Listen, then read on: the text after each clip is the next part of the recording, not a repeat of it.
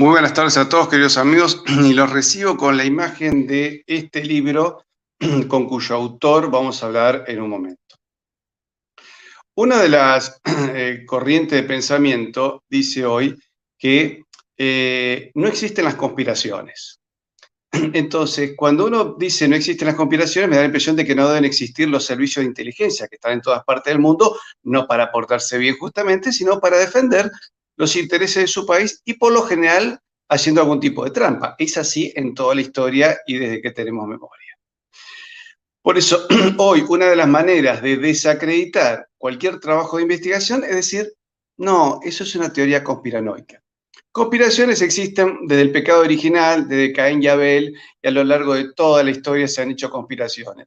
Cuando decimos que cuando vemos un magnicidio, bueno, alguien organizó ese magnicidio. Cuando vemos un golpe de Estado, alguien lo organizó. Ahí tenemos una conspiración. Cuando vemos un desfalco extraordinario, no sé, financiero, ahí alguien conspiró. No se hicieron las cosas solas.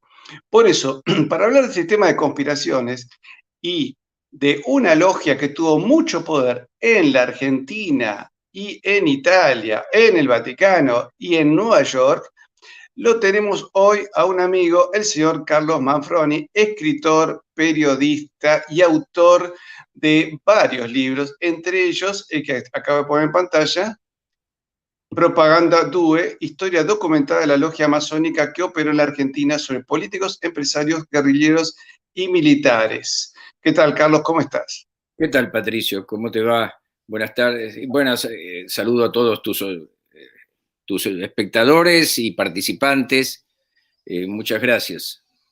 Bueno, te aclaro que tenemos ya entre los tres canales, ya pasamos los 100.000 suscriptores, así que tenés un grupo grande de gente que te puede escuchar. El libro que vos escribiste y todos los libros de investigación, tenés otro acá que voy a poner en pantalla, es Montoneros, Soldados de Macera, la verdad sobre la contraofensiva montonera y la logia que diseñó en los años 70. Una de las maneras de poder entender lo que nos pasa a los argentinos, también lo que pasa en Occidente, lo que vemos, la decadencia que vemos en Italia, que vemos en España, que vemos en nuestro país, lo que se está viendo en Estados Unidos, tiene que ver con grupos de poder que operan.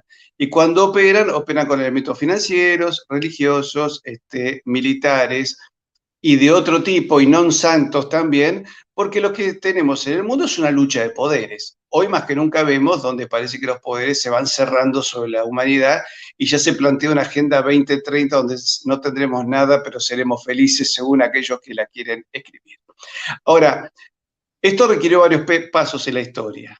Contanos un poco cómo fue la operación de esta logia masónica que aparece en Italia, la Propaganda Due. Siempre me llamó la atención el nombre tan curioso, ¿por qué se llama Propaganda TOS?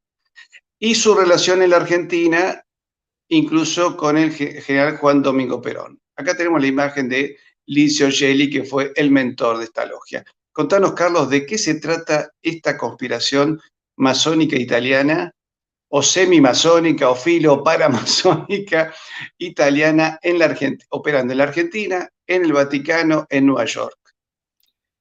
Ahí, esta es una historia de conspiración de conspiraciones. Es decir, que dentro de esta conspiración de Propaganda Due hubo una multiplicidad de conspiraciones. Tal vez haya sido la conspiración más grande, no la más importante, pero sí la más grande en su extensión que tuvo la historia. Porque dentro de los planes de Propaganda Due entraron tramas financieras, tramas de negocios del petróleo, de armamentos, de posicionamientos geopolíticos, y si no estuviera documentada como está documentada, no se podría creer. Nosotros tenemos que partir de la base de que esta conspiración, cuando salió a la luz, hizo caer al gobierno italiano en 1980-1981, cuando se inició la investigación del Parlamento de Italia, y duró 3 años y se desclasificaron los archivos en 2014 y ahí empecé a escribir el libro. ¿Qué es Propaganda Due? Propaganda Due es una logia que se origina en el Gran Oriente de la masonería italiana, pero con características muy especiales. Las logias en general responden están integradas por personas que se conocen entre sí, votan las decisiones, van ascendiendo conforme los méritos o lo que significa para la estructura, los distintos méritos, y así van alcanzando los diversos grados. Pero hay un tipo especial de logias a la que la masonería se llama logias propagandas, donde no se ingresa por admisión del resto de los afiliados, del resto de los miembros o de los hermanos, como ellos le dicen, sino, como en Italia le llaman, a la orecchia del maestro. Es decir, le cuentan un secreto al maestro, al gran maestre, y con ese secreto, que tiene que ser un secreto importante, ingresan a la logia. Esas logias se llaman propaganda, y a esta logia especialmente se la denominó Propaganda Due. Y operó con cánones diferentes a los de la masonería, pero reportando al Gran Oriente de Italia. En Italia hay dos vertientes de la masonería, la del Palazzo Giustiniani, que era esta, y la del Palazzo de Gesù, la Piazza de Gesù, que reportaba más bien a Francia. Pero la logia Propaganda Due fue encabezada por Licio Gelli. Y acá viene lo curioso, porque Licio Gelli fue un militante fascista hasta fines de 1944, comienzo de 1945, hasta que se ve que el eje va perdiendo la guerra. Cuando él advierte que el eje va perdiendo la guerra, y él cooperó con eso porque fue oficial de enlace y al mismo tiempo empezó a operar para los servicios secretos soviéticos, él, al contrario de lo que hicieron muchos políticos o muchos personajes conocidos que trataron de renegar de su fascismo o ser modelos de demócratas o incluso ser comunistas o partisanos, él no, él quiso mantener la imagen de un militante fascista, pero ya estaba trabajando para la Unión Soviética. ¿Por qué quiso mantener la imagen de un militante fascista? Porque eso le permitió insertarse en muchos servicios de inteligencia del mundo. De Italia, captó prácticamente todos los servicios de inteligencia, captó a la cúpula de las Fuerzas Armadas, la cúpula de los carabineros, muchos profesores universitarios, periodistas, comerciantes, empresarios, y se cree, aunque en las listas no han sido revelados, se cree que también sacerdotes y obispos.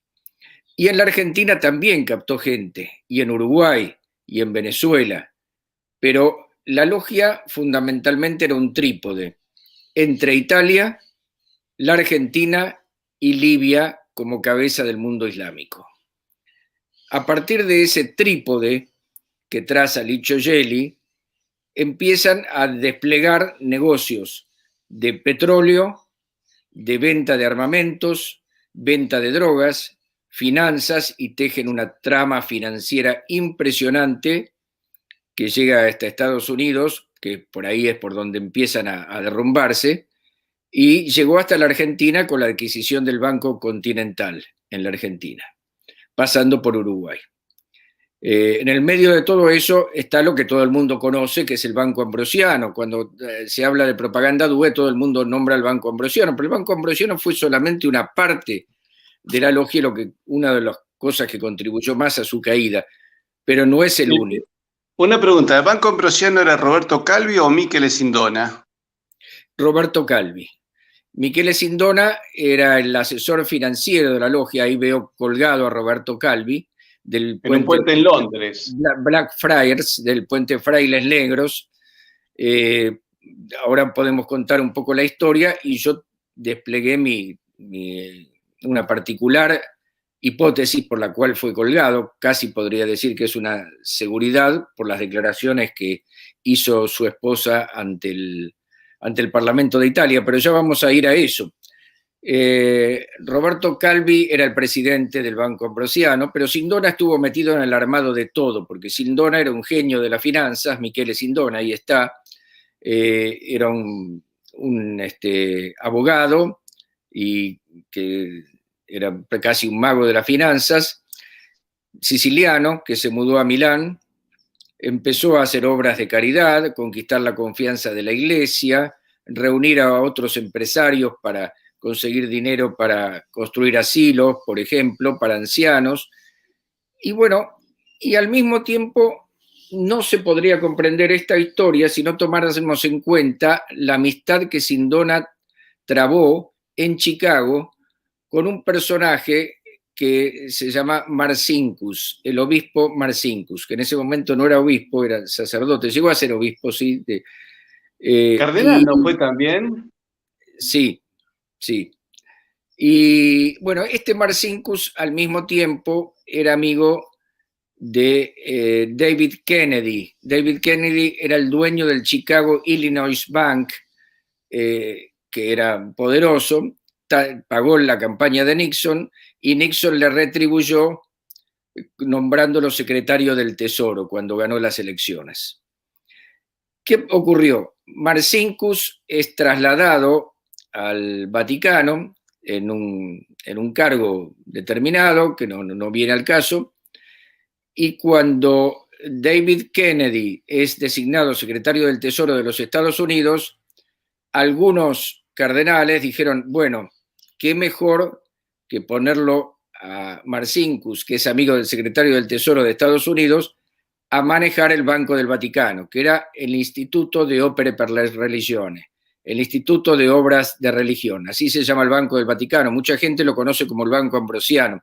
El Banco Ambrosiano no es el Banco del Vaticano. El Banco del Vaticano es el Instituto per le Opere de Religione, que todavía existe. Bueno, entonces ahí cuando lo nombran, efectivamente, sobre todo Monseñor Benelli, insiste que era el segundo del secretario de Estado del Vaticano, insiste en que se lo designe a él al frente del Banco Ambrosiano, del Instituto per le Opere de Religione, pero él dice, bueno, yo no entiendo de finanzas, necesito un asesor. Y entonces lo contratan a Sindona, que ya se había acercado mucho a la Iglesia a través de estas donaciones, de estas obras de caridad, incluso era socio de los fondos del Vaticano en un banco chiquito de Milán que se llamaba la Privata Financiaria. Cuando se produce todo este movimiento, David Kennedy se asocia a la Privata Financiaria y en el Vaticano no podían creer que un banco de semejante envergadura se asociara con un banco pequeño de Milán como era la Privata Financiaria. Y entonces empiezan a colocar los fondos del Vaticano en pequeñas proporciones en toda la trama financiera que van tejiendo y que llega hasta el Caribe por un lado, pasando por Luxemburgo, Francia, buena parte de Europa, Inglaterra, y en Uruguay también, con el Bafi Sud, y en la Argentina adquiriendo el Banco Continental. Y también, acá lo tenemos a Marcinkus, Carlos, no sé si se lo distingue. Ahí está Marcinkus, está con el Papa Pablo VI. Y acá un amigo que dice con Pablo VI. Era su custodio también. Leí el libro de Carlos Manfroni, excelente historia e investigación, me cerró varios cabos sueltos de la historia oficial. Bueno, muchísimas gracias, Cristian, por tu opinión. Claro, se decía que Marcinkus era... Es más, me acuerdo que en una gira de Pablo VI, Marcinkus tuvo que cruzarse delante de un filipino, creo que lo golpeó incluso. Alguien se acercó peligrosamente a Pablo VI y Marcinkus saltó delante de él. Así que se lo tenía como el custodio, ¿no? Dominaba artes marciales, tenía una mente brillante y también llegó a ser custodio de Juan Pablo II, pero ya sin el poder que tenía en el Banco Vaticano. Él, a pesar del apellido polaco, era de origen polaco, pero era norteamericano, ¿no? No, él vivía en Chicago. Él vivía en Chicago, sí, así es. Así es, era de ascendencia polaca. Polaca. Bueno, acá tenemos estos, Marcinkus, por un lado, Sindona, que era el genio financiero, y Calvi, que cumplía también. ¿Qué cargo tenía Calvi? Recordame. Era el presidente del Banco Ambrosiano. Calvi aparece un poquito después que Sindona, porque, bueno, empiezan a tejer la trama financiera, eso incluye al Banco Ambrosiano, que Calvi era un empleado del Banco Ambrosiano y a través de las conexiones de la logia lo van haciendo ascender hasta que llega a ser presidente del banco. ¿Cómo empieza a derrumbarse todo esto? Porque en su ambición Sindona penetra en Nueva York y termina comprando el Franklin National Bank de Nueva York. El Franklin National Bank era un banco, digamos, bastante importante, bastante importante. Fue el que inventó la tarjeta de crédito. Tenía cosas innovadoras y fue presentado incluso por la revista de la Universidad de Columbia como un modelo de empresario extranjero que invertía en Estados Unidos.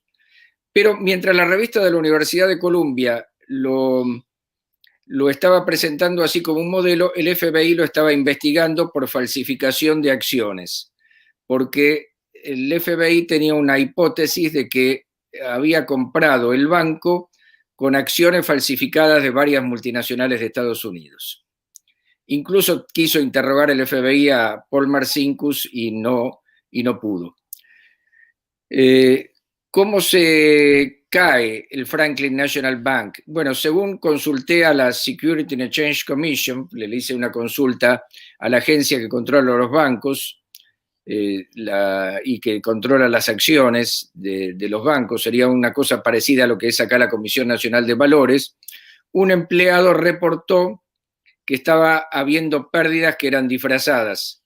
Entonces hubo una corrida y cayó el Franklin National Bank. Y ahí empezó a juzgarlo a Sindona el juez conocido para nosotros, Tomás Griesa. Parece mentira, pero Tomás Griesa estaba, ahora murió hace poco tiempo, estaba en el poder desde 1972 y duró hasta hace poco tiempo. Tomás Griesa lo procesó, en los términos nuestros digo procesó, por la quiebra fraudulenta del banco, del Franklin National Bank, decretó la quiebra del banco y a él, en el medio del proceso, no podía salir de Estados Unidos ni de Nueva York, tenía una orden de restricción, escapa para arreglar algunas cuentas en Italia con el auxilio con pasaporte falso y con auxilio de 2 miembros de la mafia siciliana enviados por Licio Gelli, el jefe de la logia Propaganda 2. Escapa a Italia disfrazado y con pasaporte falso. Vuelve a los 3 meses. Así que, digamos, este tipo tenía mucho poder. Muchísimo poder. Vuelve a los 3 meses con un disparo en la rodilla que se autoinfligió. Se hizo pasar por secuestrado, dijo que había estado secuestrado. Y cuando se presentó en el juicio con ese cuento, los fiscales dijeron: no, señor, acá tenemos fotografías, tenemos impresiones digitales, usted no estuvo secuestrado, usted huyó a Italia con ayuda de los hermanos Macaluso, miembros de la mafia siciliana, y bajo la protección de Licio Gelli. Bueno, Tomás Griesa le impuso, sin que todavía se hubiera juzgado la fuga, solo por la quiebra fraudulenta le impuso a Michele Sindona una pena de 25 años de prisión. Por la quiebra fraudulenta. Acá lo vemos preso, ¿no? ¿Estuvo detenido? Estuvo detenido en Nueva York y después Italia pidió la extradición por el asesinato de un abogado que estaba investigando toda la trama financiera de ellos, que era Giorgio Ambrosoli, que lo mataron. Lo mataron cerca de su casa. Lo habían amenazado muchas veces, pero un abogado muy valiente, que no dejó de investigar, y cuando estaba llegando al fondo de la cuestión lo mataron. Entonces lo extraditaron a Sindona desde Estados Unidos a Italia para que sea juzgado en el juicio de asesinato, de homicidio de Giorgio Ambrosoli. Le imponen una pena de prisión perpetua, pero a los 3 años lo envenena cuando él se dice que estaba por delatar a Licio Gelli. Es envenenado el café que él tomó en el desayuno y ahí murió. Una mera casualidad. Una casualidad. Hay muchos. Como esos fiscales que se mueren o se suicidan, cosas así que pasan. Así es. Y como se dijo del suicidio de Roberto Calvi. Roberto Calvi, ya cuando Sindona empezó a andar en malas, empezó a cobrar más poder en la logia y creció él como figura financiera de la logia. Y en determinado momento, bueno, cuando quiebra el Banco Ambrosiano por tantos malos manejos, porque no se podía sostener tampoco una trama de tanta mentira, él es detenido, pero después es liberado bajo fianza, pero huye. Huye con la ayuda de amigos de Licho Gelli, miembros de la logia, que lo dan un paseo por Suiza y finalmente por Londres, donde lo alojan en un hotel de mala muerte, y después lo sacan de ahí y lo cuelgan del puente de Londres. Se cerró la causa como suicidio, pero hace relativamente poco tiempo, digamos 2015, se reabrió como homicidio, porque no podía concebirse que fuera suicidio cuando un hombre muere colgado con ladrillos en los bolsillos, un símbolo típicamente masónico, una cantidad enorme de billetes en su ropa, y un portafolio que no apareció en ese momento, apareció bastante después. ¿Qué ocurrió? Cuando se destapa el asunto de la logia Propaganda Due, la viuda de Calvi, y esto es interesantísimo, declara ante el Parlamento de Italia, como declararon cientos de personas ante el Parlamento de Italia, que formó una comisión investigadora bastante efectiva. ¿Y qué dice la viuda de Roberto Calvi? Dice, había dos posiciones en el Vaticano, la izquierda y la derecha. Entonces le preguntan, ¿cómo es esto de la izquierda y la derecha? Sí, dice la viuda. Yo repito lo que dice la viuda de Calvi, ¿no? La izquierda estaba representada por el secretario de Estado del Vaticano, Agostino Casaroli, y por Paul Marcinkus. Dice, ¿por qué dice la izquierda? Y por Giulio Andreotti, que era un demócrata cristiano. Nadie podría sospechar de él que fuera la izquierda, y además sus posiciones parecían más bien de derecha, porque ellos eran los que impulsaban la Ostpolitik, es decir, la política de entenderse con la Unión Soviética, de tender de la mano tendida, de mantener el diálogo sin conspirar contra la Unión Soviética. Y por otro lado, dice la viuda de Calvi, estaba el Papa y con el apoyo del Opus Dei. Juan Pablo II con el apoyo del Opus Dei, que alentaban un embate contra la Unión Soviética como la que finalmente hizo Juan Pablo II a través del Sindicato Solidaridad de Polonia. Pero ¿qué ocurrió? Dice, yo estaba mirando en mi casa, dice la viuda de Calvi, una revista donde aparecía un artículo sobre la Ostpolitik, es decir, sobre la política de mano tendida hacia la Unión Soviética. Y mi marido señaló el artículo, vio que yo lo estaba leyendo y me dijo, yo he destruido la Ostpolitik. ¿Por qué la destruyó? Le pregunto. Bueno, porque Roberto Calvi derivó fondos del Banco Ambrosiano al Sindicato Solidaridad de Polonia. Y Giulio Andreotti lo amenazó muchas veces de muerte para que no lo hiciera. Le dijo que si lo hacía, iba a morir. Dice, y murió. Es decir, que la viuda acusó a Giulio Andreotti de ser el autor intelectual del homicidio de Roberto Calvi. Este es el cardenal Casaroli. Y el cardenal Casaroli, hay un libro que hizo el juez que reabrió el caso y que se llama La Borsa di Calvi, el portafolio de Calvi, que descubrió que ese portafolio que se había perdido en el suicidio de Roberto Calvi fue a parar finalmente, después de muchas vueltas, a Agostino Casaroli. La cuestión... Una pregunta, dos cosas te quiero comentar. Tengo entendido que Giulio Andreotti en la Guerra de Malvinas estuvo medio de nuestro lado, ¿no? Sí, bueno, la Guerra de Malvinas es un capítulo aparte, porque ahí eso es una materia muy sensible a nosotros, porque han muerto héroes argentinos y porque los soldados y aviadores argentinos combatieron heroicamente. Pero nosotros tenemos que separar ese acto de heroicidad de lo que fue realmente la Guerra de Malvinas y los motivos por los cuales se emprendió la Guerra de Malvinas. No, pero me refiero, ¿Andreotti tuvo así alguna participación? Sí, Andreotti apoyó a la Argentina.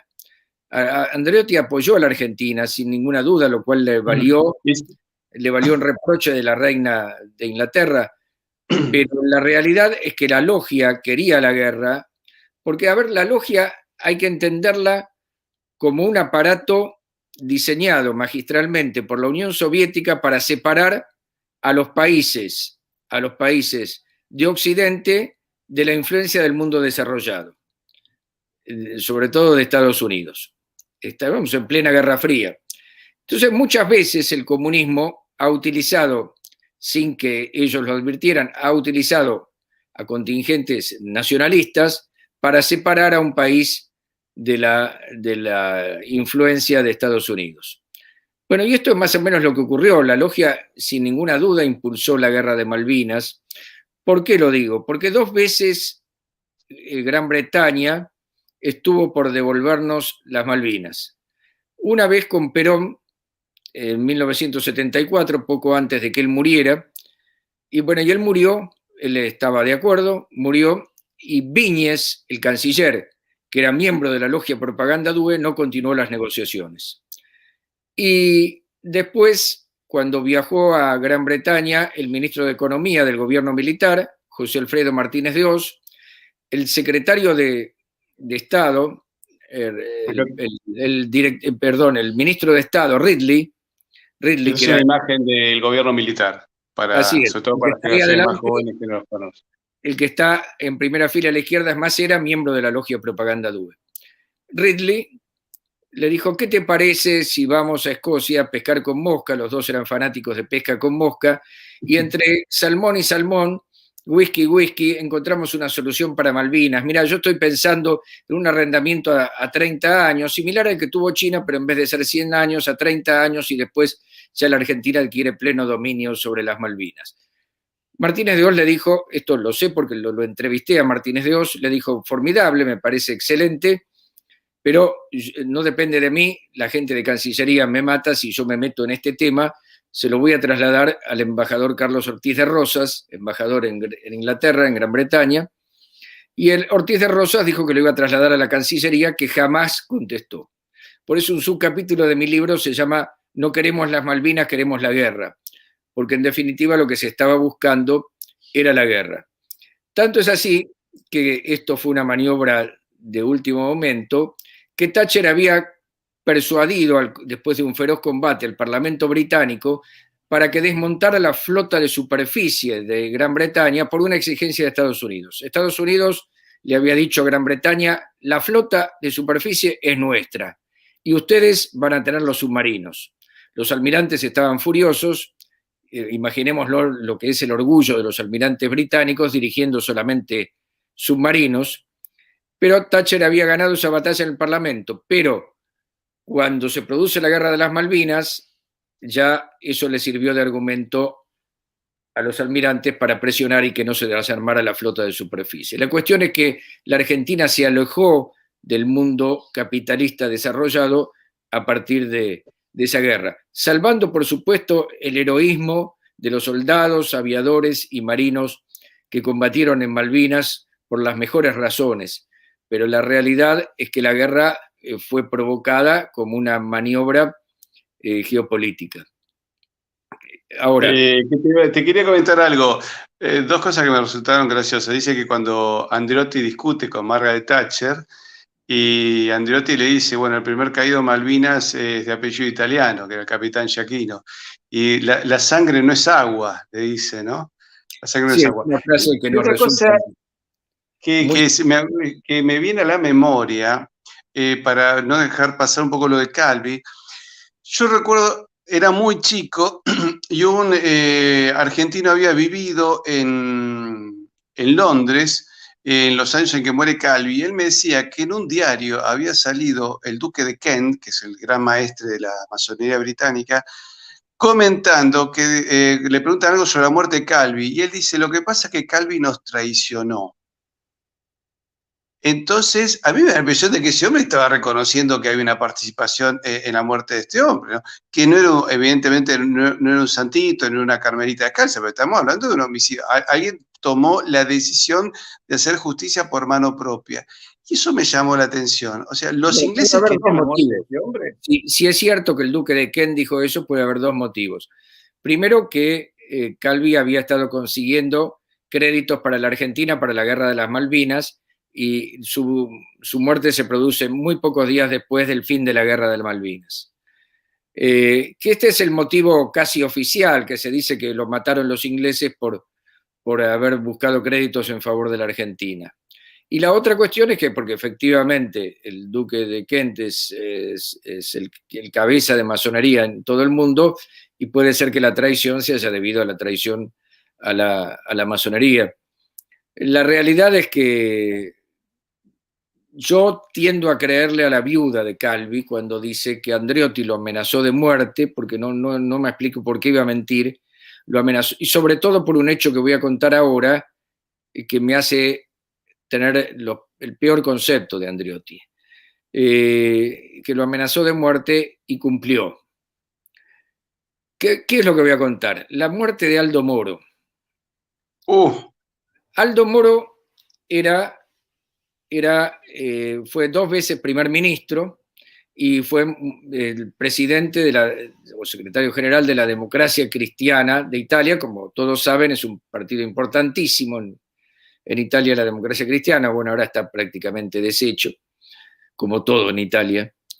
Pero bueno, fue siempre. Ya tenemos una imagen de Andreotti. Ahí está Andreotti, un hombre habilísimo, 7 veces primer ministro.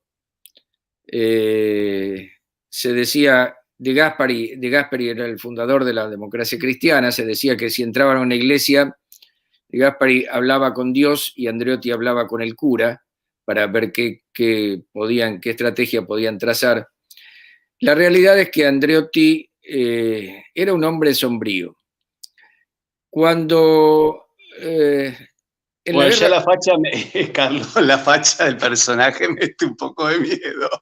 Sí, sí. No es un hombre que uno tendría ganas de andar discutiéndole mucho, ¿no es cierto? Ni el clima creo que le discutiría, ¿no? Esa era su postura, la de un ave de rapiña, ver la postura un poco encorvada y un poco agazapado, mirando de manera penetrante. Él, en 1978, Aldo Moro ya no ocupaba el cargo de primer ministro, pero tenía una influencia enorme en la política italiana. Estaba procurando hacer entrar al Partido Comunista de Italia en el sistema parlamentario. El Partido Comunista Italiano era el más grande de Europa. Era un partido comunista de enormes dimensiones. Y no tenía muy buenas relaciones con el Partido Comunista Soviético, pero al mismo tiempo sufría la infiltración del Partido Comunista Chino, debido a lo cual a los dirigentes del Partido Comunista Italiano le llamaban burócratas los jóvenes, algo parecido a lo que vivimos acá con la infiltración en el peronismo. Le llamaban burócratas. Ahí está Aldo Moro secuestrado y ahí está muerto. Bueno, entonces, ¿qué quería hacer Aldo Moro? Pero una jugada muy hábil. Él quería meter al Partido Comunista dentro del sistema democrático, que tuviera voz en el Parlamento sin darle ministerios, al menos por los primeros años, y diluirlo, ir diluyéndolo a través de las sucesivas elecciones, que se lo chupara el sistema. Y al mismo tiempo distanciarlo del Partido Comunista Soviético y sobre todo distanciarlo de la guerrilla que existía en Italia con las Brigadas Rojas. Esta jugada la han visto, naturalmente la han visto, los soviéticos la vieron más que los propios amigos de Moro. Y bueno, cuando estaba en eso, dialogando con Enrico Berlinguer, que era el secretario general del Partido Comunista, y ya se estaba por llegar a un acuerdo, Aldo Moro es secuestrado. Él pasaba todos los días por una iglesia a rezar antes de emprender su jornada. Cuando sale, se dirige por la calle Via Fani y allí lo intercepta un auto que separa la custodia y disparan contra la custodia con una velocidad asombrosa y los matan a toda la custodia. Al único que no matan es a Aldo Moro. Aldo Moro es llevado a otro auto y conducido a un refugio. Donde lo mantienen durante muchos días, como pasó con Aramburu. Claro. Así ocurrió con Aramburu. Lo secuestran y lo mantienen ahí y Moro escribe algunas cartas, entre ellas una carta en la que pide que se haga un intercambio de su persona por la de guerrilleros que están presos. Los guerrilleros envían esa carta al gobierno, pero después la difunden y el gobierno se niega. Y los guerrilleros también dicen que no lo aceptan, lo cual es raro, porque generalmente los guerrilleros o cualquier persona que mantiene a alguien encarcelado vigila la correspondencia que sale. Entonces, si no les parecía viable, es raro que hubieran enviado esa carta. Esa carta sirvió para el desprestigio de Aldo Moro. Ahí Giulio Andreotti comienza con su política de desprestigio, de decir Moro no es Moro, está asustado, está alienado, no debemos hacerle caso, no debemos negociar con terroristas, y llega al punto de que lo matan. Lo matan. Muchos años después, 37 años después, en 2015, el general Nicolò Bosso, de Carabineros, que tenía un altísimo cargo en Carabineros, dijo, nosotros sabíamos desde el primer momento dónde estaba Aldo Moro, pero no nos dejaron actuar. No nos dejaron actuar. Es decir, está bien claro que el gobierno italiano deseaba la muerte de Aldo Moro. En estas muertes, los guerrilleros que participaron fueron después encarcelados, se les dieron penas muy leves y al poco tiempo salieron libres. Uno es técnico en informática, otro tiene un restaurante en Managua, en Nicaragua, donde se negó siempre la extradición, la pasaron bastante bien. Acá uno recuerda esa organización Gladio, que tuvo que creo que era como una suerte de ayuda de varios servicios de inteligencia y era una organización medio irregular en contra del comunismo en Europa. Sí, esa fue la tesis oficial. La hipótesis oficial es que Propaganda Due estaba detrás de la organización Gladio para combatir al comunismo. Y así se difundió durante muchos años. Propaganda Due es una logia de ultraderecha para combatir el comunismo. La verdad era la contraria. Propaganda Due era una organización de izquierda, disfrazada de izquierda, era comunista, respondía a la Unión Soviética y su propósito era servir al comunismo, lo cual no impedía que estuviera integrada por numerosos fascistas o exfascistas. Por ejemplo, el terrorista de extrema derecha italiano, que era Stefano Delle Chiaie. Stefano Delle Chiaie era el brazo derecho de Licio Gelli, seguía siendo un militante fascista que penetró en los servicios de inteligencia españoles, argentinos, bolivianos, y en determinado momento él pone una bomba en la estación de Bolonia, la hace poner, mata a 80 personas, hiere a otras 200, pone otra bomba en Piazza de la Fontana para culpar al Partido Comunista. Es decir, lo que ellos buscaban es que no hubiera pacificación, que el Partido Comunista no fuera un engranaje más del sistema democrático, sino que de un lado estuvieran los partidos que ellos les llamaban burgueses y del otro lado la guerrilla. Yo no sé si el propio Stefano Delle Chiaie era consciente de esto, porque las conspiraciones no necesitan que todos estén de acuerdo y que todos sepan los últimos fines de quien dirige la conspiración. Sino Sobre que todo los más jóvenes suelen no saber que los están utilizando, ¿no es cierto? Exacto, sí. Acá nos recuerda, dice Elga, hay un guerrillero argentino cordobés que estuvo en el asesinato de Moro. Aún vive y actúa como político. Sí, no yo sé quién es. No lo voy a nombrar porque no tengo pruebas, pero efectivamente es un guerrillero del ERP, cuyo apellido empieza con T de tío y termina con I, y se dice que él fue quien disparó. No encontré las pruebas y por eso no lo inserté en el libro. Mira, acá tengo una foto de guerrilleros. Estos no son del ERP, son montoneros, pero bueno, también es gente que asoló a nuestro país, ¿no es cierto? Luego, si se puede, ser interesante que charlemos cómo esta gente saboteó incluso el gobierno de Isabel Perón y el ataque al regimiento de Formosa, ¿no?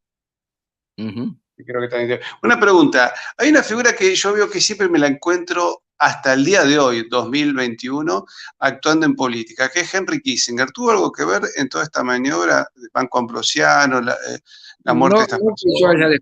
No que yo haya descubierto, no he visto la participación de Henry Kissinger en esto. A ver, Henry Kissinger puede decirse muchas cosas, pero no lo he visto, al menos en esta investigación. Y, a ver, consiento que hay mucho para investigar todavía. Hay que pensar que yo revisé no quiere decir que leí párrafo por párrafo, revisé más de 100.000 páginas para esta investigación. Y perdidos entre los documentos de esta investigación puede haber algo. Pero bueno, hasta ahora de lo que yo escribí... Como siempre se sabe que se sospecha que estuvo con el tema de Carrero Blanco. A mí me sorprendió en la proclamación del rey Felipe de España, estaba él presente detrás de los presidentes y todavía hoy anda hablando de la reducción poblacional y de todas esas cosas, y de hecho alguna participación tuvo en nuestro país. Como tuvo que ver, como él vino durante el golpe durante el gobierno militar argentino, y el gobierno militar, por lo que te voy interpretando, intervino para voltear ¿cómo se llama?, a Perón, e intervino para meternos en una guerra, pensé que tendría algo que ver. Seguro que si seguimos leyendo en algún momento te lo vas a cruzar. Bueno, puede ser. El golpe militar estaba destinado a que el poder lo tuviera Emilio Eduardo Macera, miembro antiguo de la logia Propaganda Due.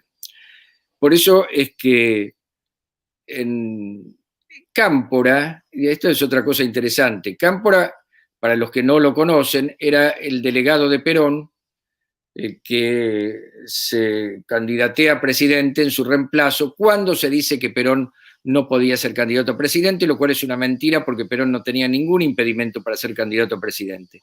Pero el propio Licio Gelli le confiesa al gran maestre del oriente de Italia que él decidió que Cámpora fuera el candidato. Cámpora era un aliado de la guerrilla, provoca un caos en la Argentina cuando asume la presidencia, la guerrilla junto con él y con su condescendencia provocan un caos en la Argentina hasta que Perón decide desplazar a Cámpora del poder, correrlo y convocar nuevamente elecciones. Cuando Perón convoca elecciones y gana con el 60% de los votos, al segundo día de las elecciones le matan a José Ignacio Rucci, que era su sindicalista de estrecha confianza, un sindicalista católico, un sindicalista de centro derecha, que era el hombre más leal a Perón. Y a los pocos días le matan al padre Carlos Mujica, que estaba produciendo un drenaje después de haber apoyado la acción de Montoneros, había cambiado y estaba produciendo un drenaje en Montoneros hacia otra organización. Le dijo, con democracia las armas no van más. Y lo matan también. Con lo cual Perón se queda sin diálogo con el sector obrero y con la juventud. Bueno, ahí lo vemos ya a Rucci, para los más jóvenes, era el hombre de confianza y secretario general de la Confederación General del Trabajo. Sí, y era el hombre en quien Perón confiaba, porque más era un hombre que se entendía bien con los obreros, con los empresarios, no era un sindicalista antiempresario, y además se enfrentó con los dirigentes comunistas como Tosco y tantos, que le dijeron que si querían ser comunistas que se vayan a Cuba, a la Unión Soviética. ¿Te acuerdas? Era un tipo que se había ganado incluso el respeto de los empresarios. Yo me acuerdo de algunos empresarios que lo lamentaron mucho. Porque dice, es un hombre que negocia bien los intereses de su gente, pero los negocia hasta lo que es lógico. Nunca viene con cosas ilógicas, dice. Entonces, dice, vos te podés entender con una persona así, ¿no? Entonces, bueno, eso es interesante. Así es. Y mi libro comienza con, yo lo hice comenzar en realidad porque no está hecho en orden cronológico, sino que está con estilo de novela, pero de una novela que está acreditada hasta en sus detalles por las citas al pie de página de las fuentes que tomé. Mi libro comienza con la declaración de una periodista joven, de 20 años, ante los carabineros. Esa periodista está declarando ante los carabineros porque el día anterior habían asesinado al director del diario, que era Mino Pecorelli, del diario, mejor dicho, del semanario L'Osservatore Politico de Roma. Era un semanario bastante sensacionalista, pero con fuentes muy buenas, que publicaba la información que nadie quería publicar. Y entonces lo matan. Lo podrían haber matado por 1000 motivos a Mino Pecorelli, pero resulta que lo matan justo en el momento en que él está preparando una investigación con auxilio de esta periodista en la que dice, hay un nexo entre el asesinato de Aramburu en la Argentina, secuestrado y después asesinado, y el asesinato de Aldo Moro 8 años después. Hay una organización detrás de estos dos asesinatos, hay elementos de derecha europeos detrás de los montoneros y con financiación de ellos. Y esta era la verdad. ¿Por qué? Porque acá tenemos una foto de montoneros. Ahí está Firmenich, a la izquierda está Quieto, a la izquierda nuestra, a la derecha de él, y a la derecha está Vaca Narvaja, atrás entre Firmenich y Vaca Narvaja está Galimberti. Bueno, y no llego a distinguir quiénes son los demás. Me parece que está también Perdía, ¿no? Me parece que está en debería estar porque era miembro de la conducción y todavía está muy activo acá en el sur detrás de los mapuches. Mirá vos. Está muy activo, lo mismo que Vaca Narvaja detrás de los mapuches. ¿Qué había ocurrido? Se produce un allanamiento en Roma, en un departamento que ocupaban Vaca Narvaja, su esposa, José María Fleming, Slim Heard, bueno, había 4 montoneros allí y el bebé de los Vaca Narvaja. Entonces, la policía advierte a ellos que va a haber el allanamiento y ellos huyen. La única que no pudo huir es María José Fleming, la mujer de Vaca Narvaja, que llega con el bebé, pero igual la dejan libre, por más que ahí encontraron armas, explosivos, panfletos, pasaportes robados a Francia, igual la dejan libre, algo que la jueza reprochó muchísimo, la jueza que llevaba el caso. Y los diarios, aún los diarios socialistas, reprocharon muy duramente esta acción de la policía en complicidad con los montoneros. Entonces esta periodista dice, hay una trama detrás de montoneros que une el secuestro de Aldo Moro con el secuestro de Aramburu.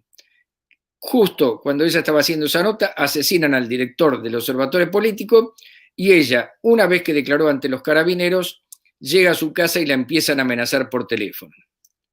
Incluso le interrumpen llamadas en curso que ella tenía para amenazarla. Esta es una imagen de, perdóname, Carlos, esta es una imagen de Mino Picorelli, ya asesinado, ¿no? Bueno, has conseguido un material muy valioso. Lo asesinaron a la vuelta de Vía Tácito 50, de ahí en Roma, está en el pleno centro de Roma, cerca del Vaticano, cuando él salía de la redacción una noche. Se acababa de separar del jefe de redacción y de su secretaria, de Paolo Patrizi, de su secretaria, y sube al auto y ahí le disparan en la cabeza.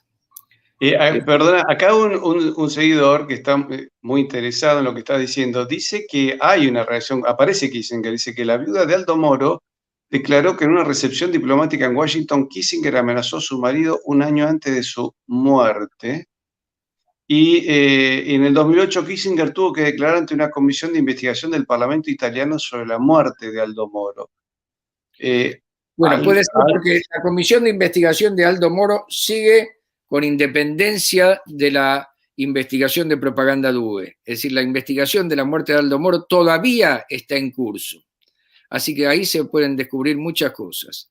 Todavía está en curso. Hubo una comisión para la investigación de la logia propaganda DUE y hubo otra comisión para la investigación de la muerte de Aldo Moro. Un tema que todavía tiene mucho para decirse, mucho que hablar. En este momento Italia está en un revisionismo de la muerte. Ahora, por lo que yo tengo entendido, Aldo Moro había concertado esta estrategia que estaba llevando adelante con el embajador de Estados Unidos. Le había dicho, mire, yo voy a hacer esto, ¿qué le parece? Si no, le parece bien, siga adelante. Es decir, que al menos, digamos, el Departamento de Estado de los Estados Unidos estaba de acuerdo con la estrategia. Si Kissinger jugó un papel propio, no lo sé. Pero la estrategia era buena. Es decir, ¿por qué la comparo con lo de Aramburu? Porque Aramburu estaba llamado a jugar el mismo papel. Después de la Revolución Libertadora, donde fusiló a varios peronistas, que más que nada el almirante Rojas fue el autor de esos fusilamientos, Mm. El Aramburu estuvo primero algunos años tratando de formar un peronismo sin Perón en la Argentina. Estaba dialogando con varios sindicalistas, entre ellos Augusto Timoteo Bandor, a quien terminan también asesinando, y con otros. Pero cuando él vio que no iba a ser posible formar un peronismo sin Perón, él no quería que los militares permanecieran en el poder mucho tiempo, estaba en curso el gobierno de Onganía, pensó en generar algún tipo de movimiento castrense contra Onganía y abrir elecciones. Él ya estaba retirado, pero tenía un liderazgo muy importante entre los militares liberales, como Lanuse, por ejemplo. Entonces llamar elecciones y empieza a entablar un diálogo con Perón a través de terceras personas. Naturalmente esto lo tiene que haber sabido el secretario de Perón, que era José López Rega, miembro también antiguo de la logia Propaganda Due, y lo supo. Y al poco tiempo matan a Aramburu, secuestran y matan a Aramburu. Es decir, tanto eran conscientes los montoneros de que habían matado a Aramburu en contra del diálogo que estaba manteniendo con Perón, que le enviaron una carta a Perón que después ellos mismos publicaron, donde le preguntaban, general, ¿arruinamos sus planes al haber matado a Aramburu? Es decir, ellos sabían que estaban arruinando su plan. ¿Y por qué arruinaron el plan de traer a Perón? ¿Por qué los montoneros que decían que estaban luchando para que volviera Perón arruinaron el plan de traer a Perón? Porque poco tiempo después la reapertura democrática se hizo bajo los auspicios de la logia Propaganda Due. Licio Gelli pasa a negociar la reapertura democrática de la Argentina con el brazo derecho del general Lanuse, que era el general Betty. El general Betty era miembro de la logia Propaganda Due. Entonces ya Perón vuelve, no sin condiciones, como era la negociación con Aramburu, sino bajo las condiciones de la logia Propaganda Due. Y entre las condiciones de la logia Propaganda Due figuraba que Cámpora fuera el candidato. Que Cámpora fuera el candidato a presidente y no Perón. Por eso Perón odió a Cámpora hasta el último minuto de su vida. Lo odió con un odio que se dispensa a un traidor o a un enemigo, no a un ineficiente, como se decía que Perón lo consideraba a Cámpora un ineficiente. No, lo consideraba un traidor, un ser perverso, con malas intenciones y dirigido por otros. Bueno, de hecho, recordemos que cuando se le pide la renuncia a Cámpora, lo curioso es que le dice, primero que se lo hacen firmar tan rápido que lo firmó con un lápiz. Y además que dijo que no se le agradezcan los servicios prestados.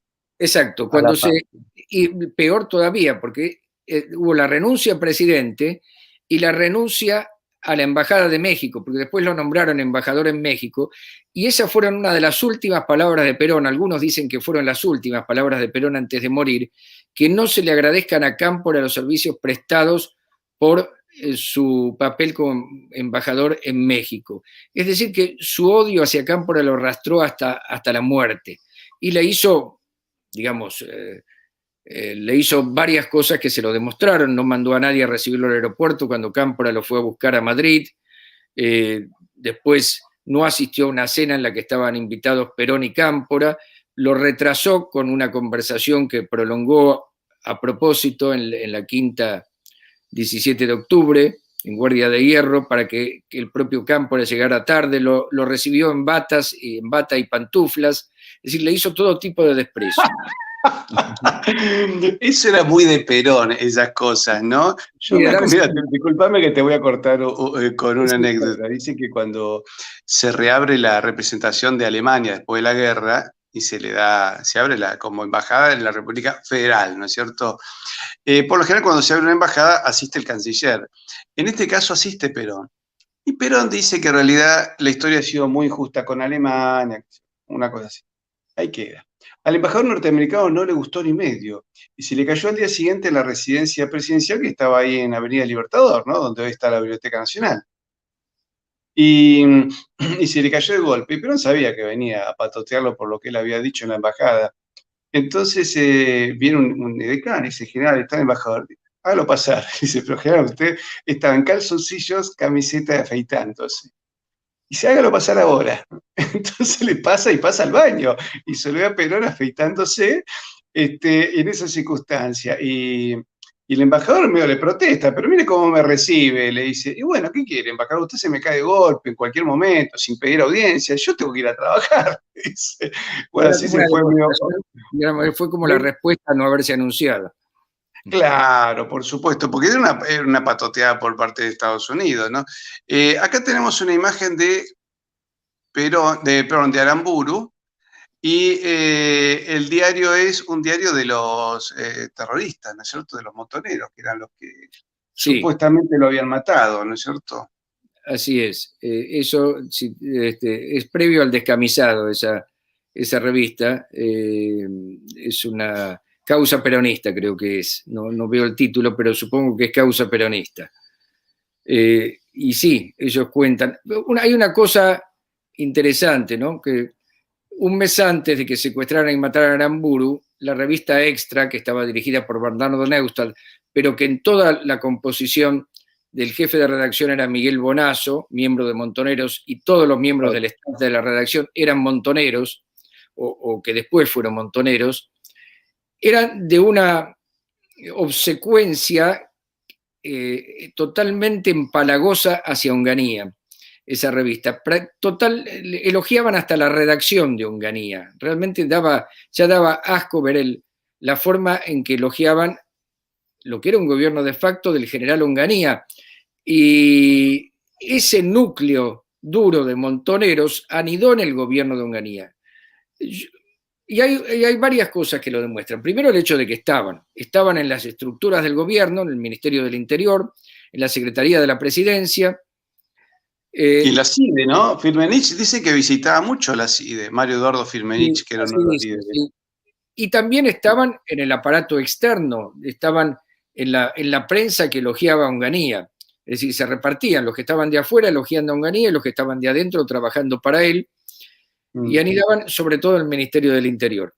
Pero vuelvo al terrorista de extrema derecha italiano, que es Stefano Delle Chiaie, el que puso una bomba en la embajada, en la plaza de Bolonia. de la Fontana y en la estación de Bolonia.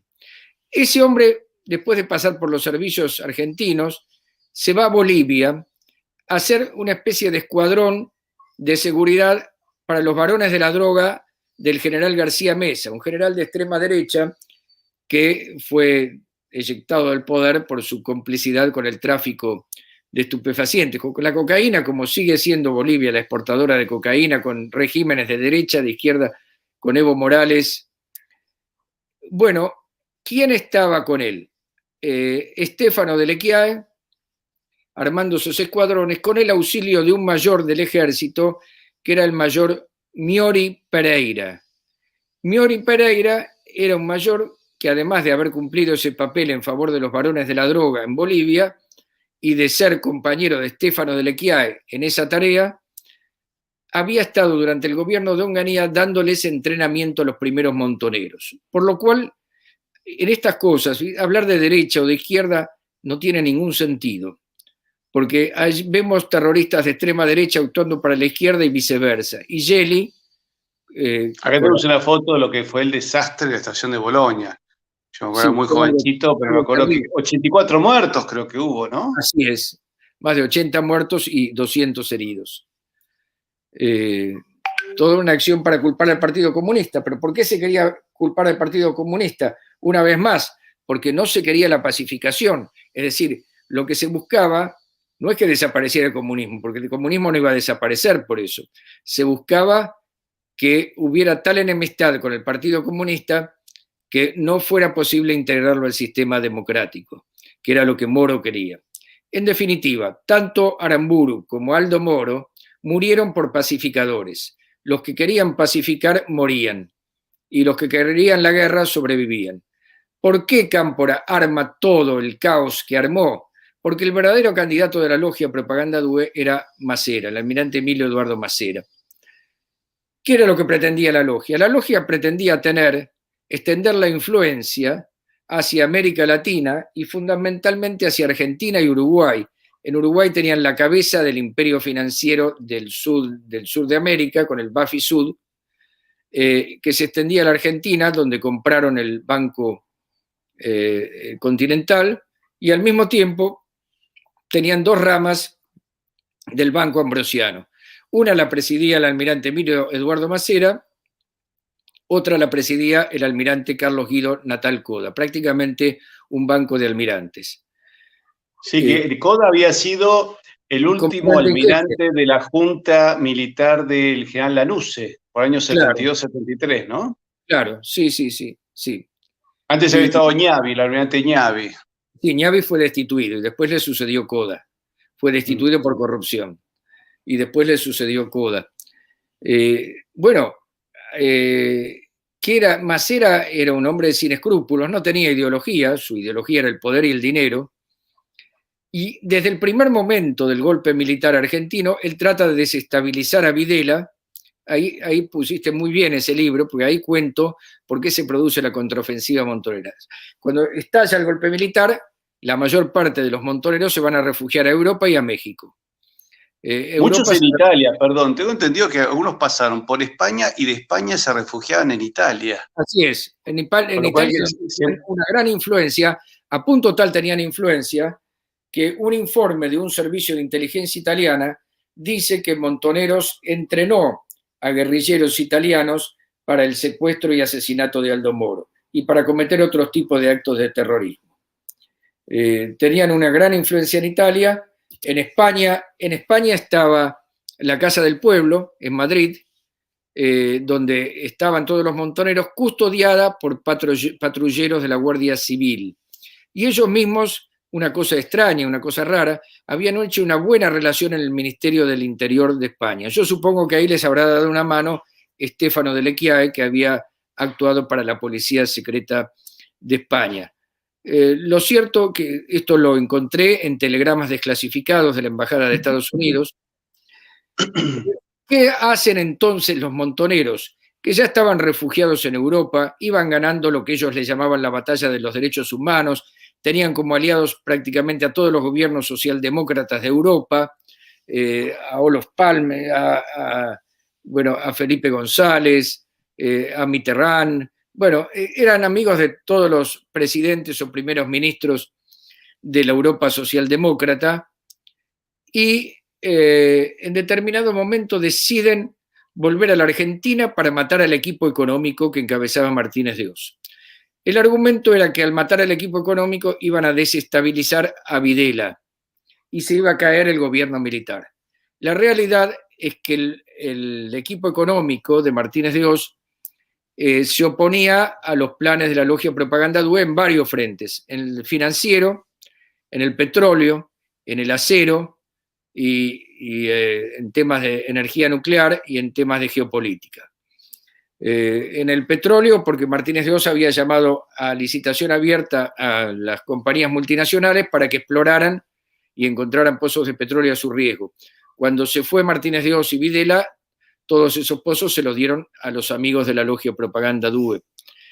Después, en el acero, ellos querían producir acero con Somisa a través del Banco Ambrosiano. Martínez de Oz se lo había dado, había hecho un convenio con la Nippon Steel, con una compañía de acero japonesa.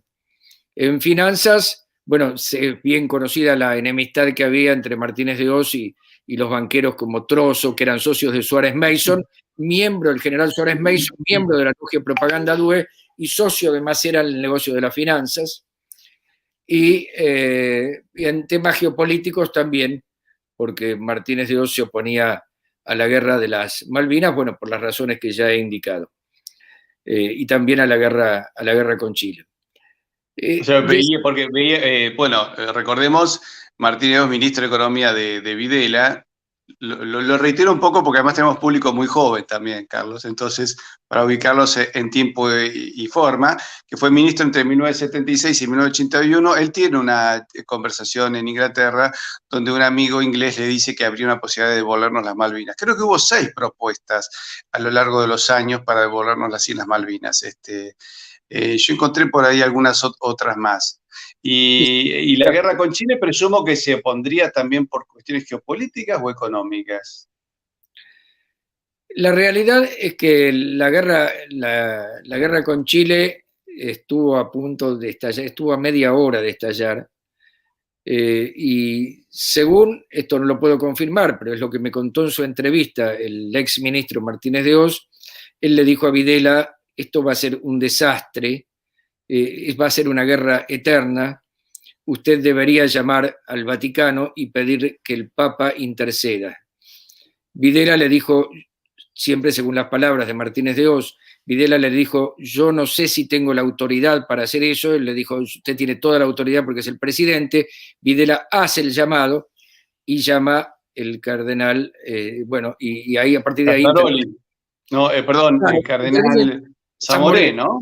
Es el que interviene con un fallo que, bueno, no es bueno para nosotros, la mediación. Pero bueno, ahí termina el episodio de la guerra y deciden después ir sobre las Malvinas.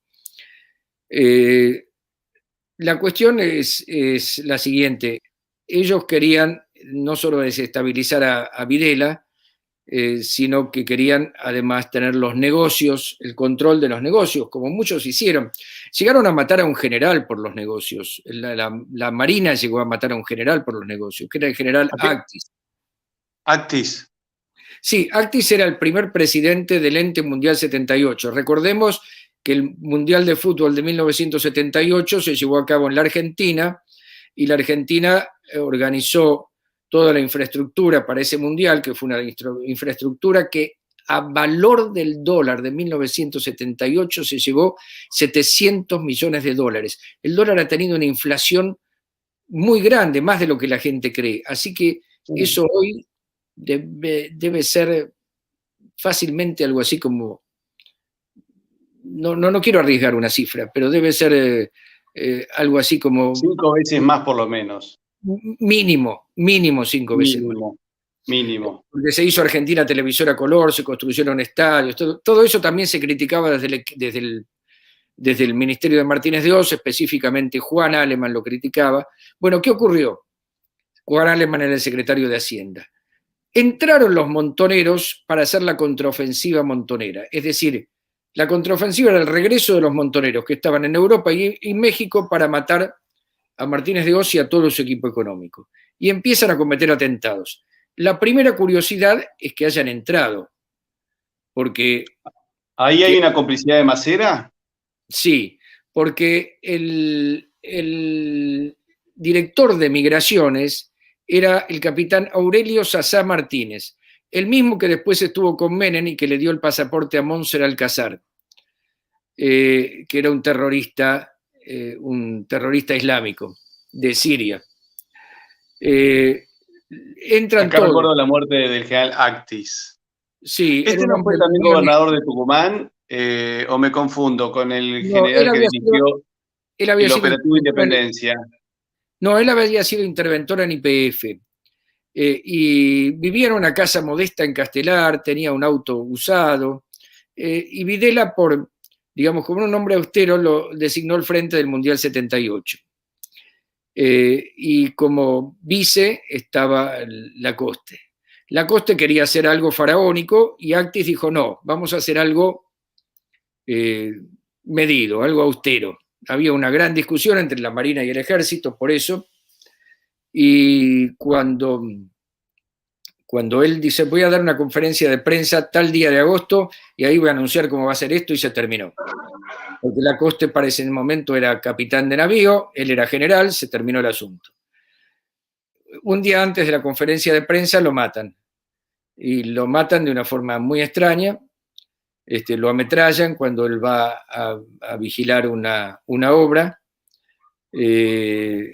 y nadie es atrapado. siempre se sospechó que fue escuadrones de la Marina que mataron al general Actis. Después empiezan a organizar el Mundial 78, lo critica Juan Alemán. A Juan Alemán le estalla una bomba en el partido de Argentina contra Perú, cuando Argentina se clasifica para el Mundial. Ahí le estalla una bomba en la casa de Juan Alemán que lastimó a la esposa. Y después, el año siguiente, Alemán sale de su casa en pleno Belgrano. Belgrano es un barrio residencial, pero muy concurrido, con mucho tránsito en la ciudad de Buenos Aires, y le disparan desde varios puntos en la calle con energa, es decir, una munición que golpea contra el automóvil de él y levanta temperatura a 100.000 grados, y con FAL que estaba colocado en un trípode. Nosotros podemos imaginar que hoy ocurra eso, pero en pleno gobierno militar, pensar que un guerrillero puede instalar un trípode con un FAL en pleno Belgrano y que va a estar un rato ahí es inimaginable si no está la zona liberada.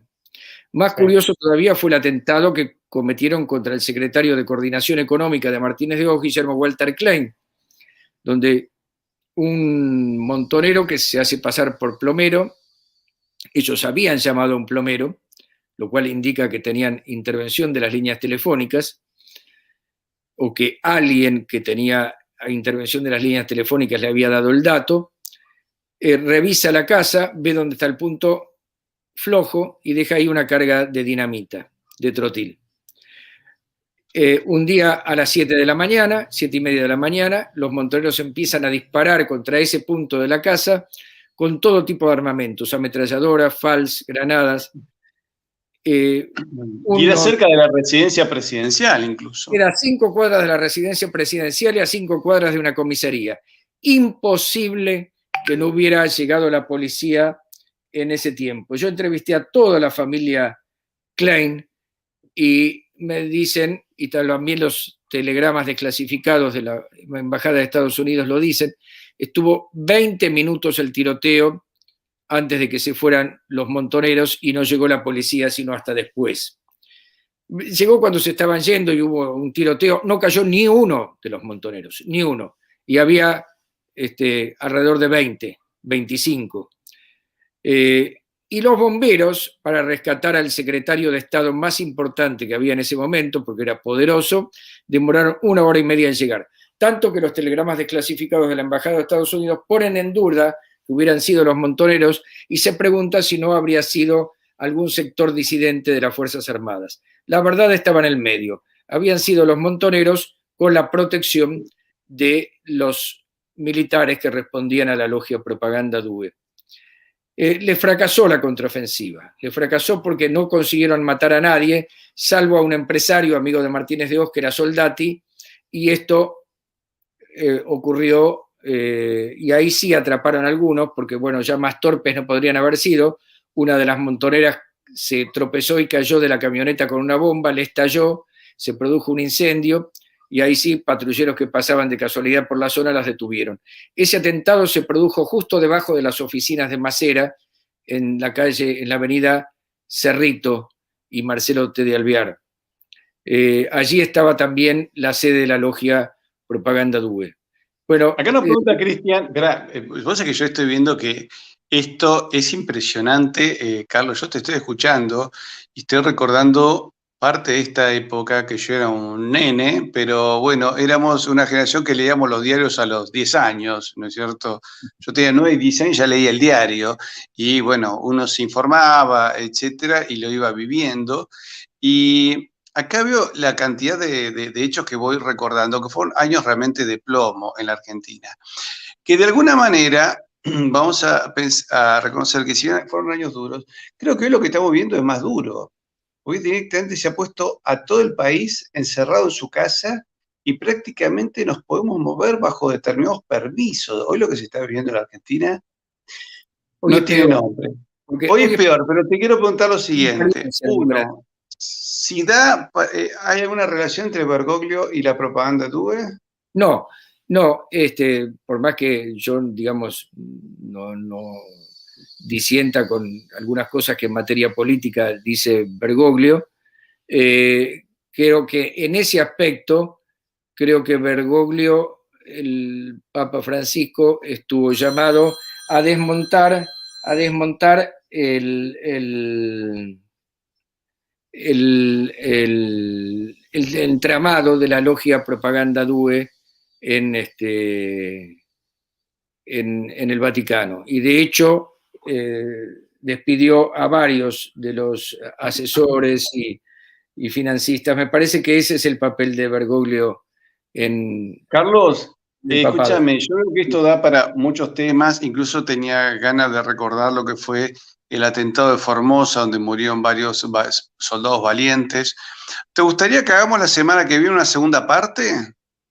Bueno, después arreglemos el momento. Porque estamos en 1 hora y cuarto, yo estoy entusiasmadísimo, pero luego va a ser difícil que tanto tiempo nos lo No, vean nuestros seguidores. Pero si vos me haces el honor, me gustaría la semana que viene que nos sigas comentando todo esto que nos estás explicando, porque realmente es impresionante y tiene que ver con nuestra historia, ¿no es cierto?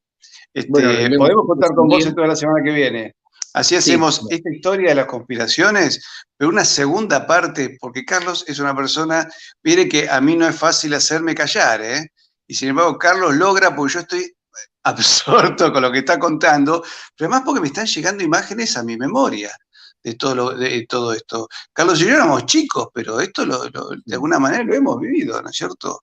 sí, Lo claro. hemos visto en nuestra escuela secundaria, en nuestra escuela primaria, recordamos todos estos hechos terribles que asolaron a nuestro país. Carlos, te voy a llamar a ver si después organizamos para ver si la semana que viene te podemos traer nuevamente y seguimos hablando de esta historia de las conspiraciones, de la logia PTUE, qué pasó con los montoneros, qué pasó con Macera, qué pasó con el golpe militar y qué pasó con aquellos atentados terroristas donde jóvenes valientes como Hermindo Luna dieron su sangre por la patria.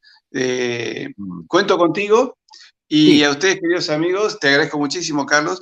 Y a ustedes, queridos amigos, ya saben, compartan, suscríbanse si les gustó el canal, únanse al canal, nos pueden ayudar siempre a través del Superchat o en comunidadhispanista.com. Y también les recordamos que el día 20 vamos a tener una reunión que va a ser el segundo encuentro del Foro de Empresarios por la Hispanidad.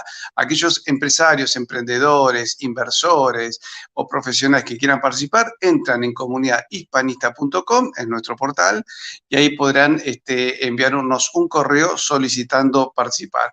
Carlos, muchísimas gracias y nos vemos la semana que viene. gracias a vos. Gracias. Hasta pronto.